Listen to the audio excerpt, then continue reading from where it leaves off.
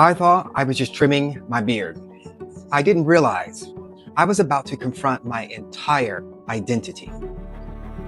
If you're a man, straight, gay, or otherwise, or if you have a husband, a son, a friend, a relative, this conversation about masculinity is something you're going to want to hear. It all started with my mustache being a little too long. I went to trim it and took off way more than I intended. So I tried to fix it. Then, of course, I had to even it out. And before I knew it, I was shaving everything. It felt like a runaway freight train. I couldn't stop. And when it was over, my beard was gone. I didn't expect, though, what came next. A wave of depression hit me almost immediately. And that confused me. Because I'm thinking, it's just a beard. It's gonna grow back in a few weeks. So why was I feeling like this? I didn't want to go outside. I didn't want to go to the gym. I was sleeping way more than usual. Didn't even want to get out of bed. I was struggling. I was in a deep depression. And that's when I had to stop and ask myself, what is really going on here? When you start to spiritually awaken, you start looking at yourself objectively as you're going through a difficult moment. I remember standing in the mirror and I said to myself, why am I feeling like this? It's just a beard. It'll grow back. But even as I said it, I knew that wasn't the truth. Because it was what the beard represented. More importantly, it has something to do with how I presented myself. And once I realized that, my mind went somewhere I hadn't thought about in a long time. All the way back to my childhood. Because that's where the story really starts. As a more effeminate child, I was bullied almost every single day. Elementary school, middle school, high school. This goes back even further than that. I remember my brothers playing football outside on the lawn when I was 9 or 10 years old. The women in the house were watching. My mom, my sisters, my neighbors, everybody was outside. And for the first time, they called me to play with them. Now, the truth is, my brothers had never played football with me before, or any sport, to be frank. So I had no earthly idea what I was doing. One of my brothers says to me, I'm going to throw you the ball, and I just want you to run to the end zone. Everybody got into position.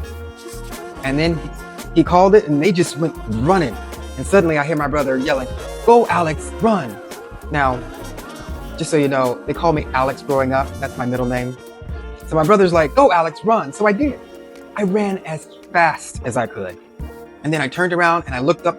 I saw this huge football barreling towards me. I was nervous, but I stood there. And somehow, I caught it. And I remember feeling excited, but I had to run. So, I did. But I was still feeling great. Like maybe the first time I was finally one of the guys. And I ran the way my brother told me to run as fast as I could. I reached the end and turned around and I looked up. Everyone was laughing at me. My brothers, my sisters, my mom, even the neighbors. And I didn't understand what had happened. You ran the wrong way. You scored for the other team.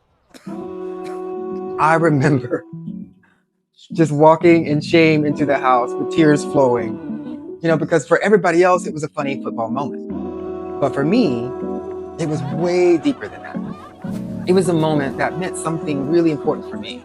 It felt like my chance to finally belong with the males in my family, to feel included, to feel accepted. But instead, I walked away feeling even more different than before. Now, looking back, I honestly think that was one of the very first moments in my life, where I consciously felt disconnected from my own masculinity. Not because I couldn't play football, but because I suddenly felt like I wasn't one of the guys. I was surely different.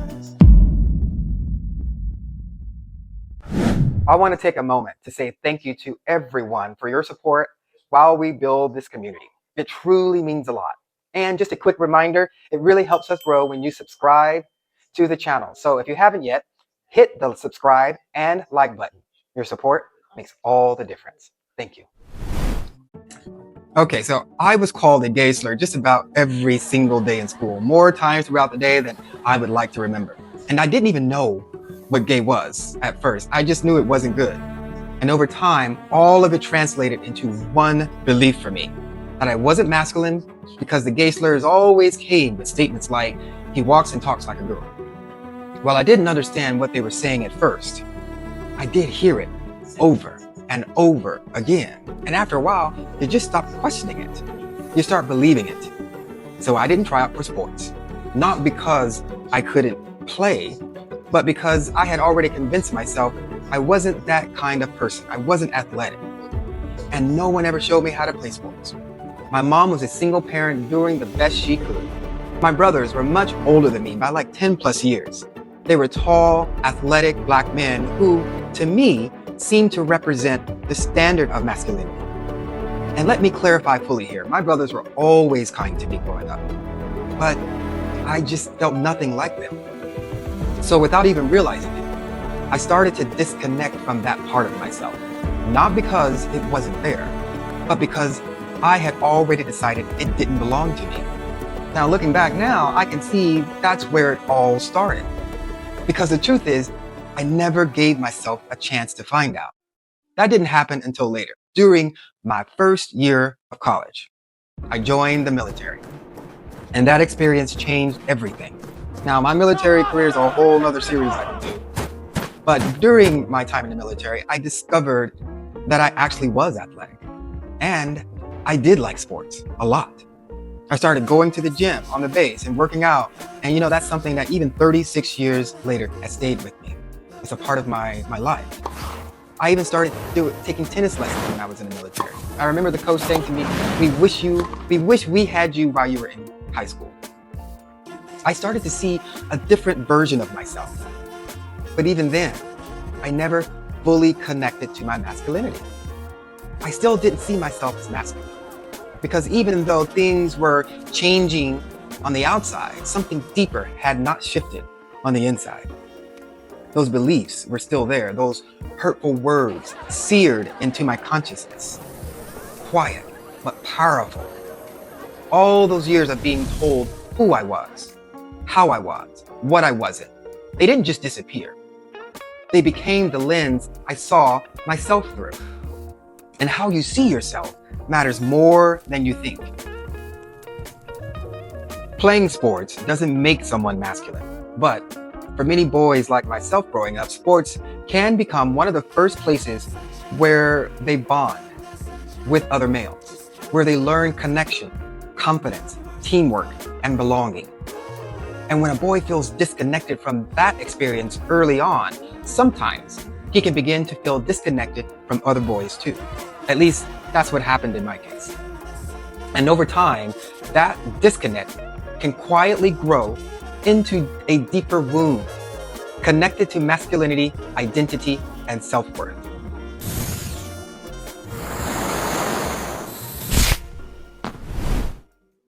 How one sees him or herself is so important because that perception quietly influences every decision, every interaction, and every sense of identity. And that made me start thinking, if something like a beard could make me feel connected to my masculinity, then what is masculinity really? Because everything I learned growing up told me it was something you see, something you could measure, something you either had or you didn't. But sitting there in that moment, I started to realize maybe I had been looking at it the wrong way the entire time. Healthy masculinity is a container, steady enough to hold intensity, flexible enough to adapt, humble enough to learn, and grounded enough not to be threatened by vulnerability. It's an energy available to anyone regardless of gender. Maybe masculinity isn't something you prove.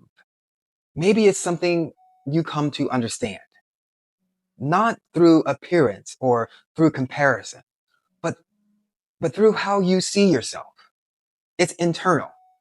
It's the quiet strength to know who you are, even when the world has tried to tell you otherwise.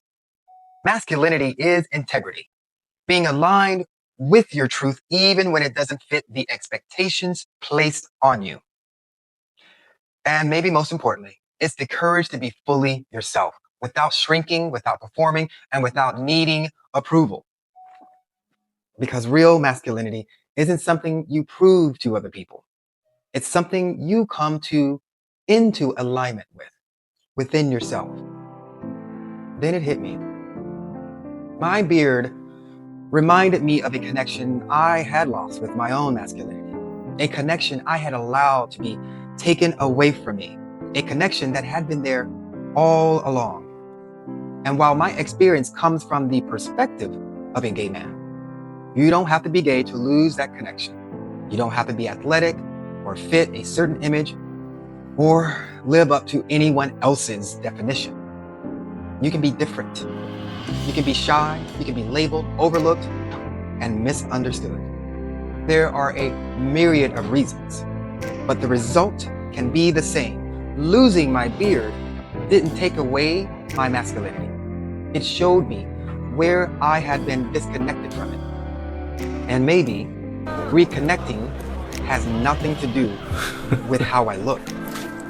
And maybe everything to do with how I see myself. Because the truth is, that connection was never gone. I just stopped seeing it. Now, I don't blame my family for their response to me that day. Honestly, now that I think on it, it is funny. I can laugh now.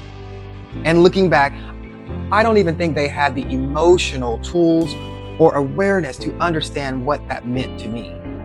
And I'm grateful. I am ever so grateful. I grew up in a loving household.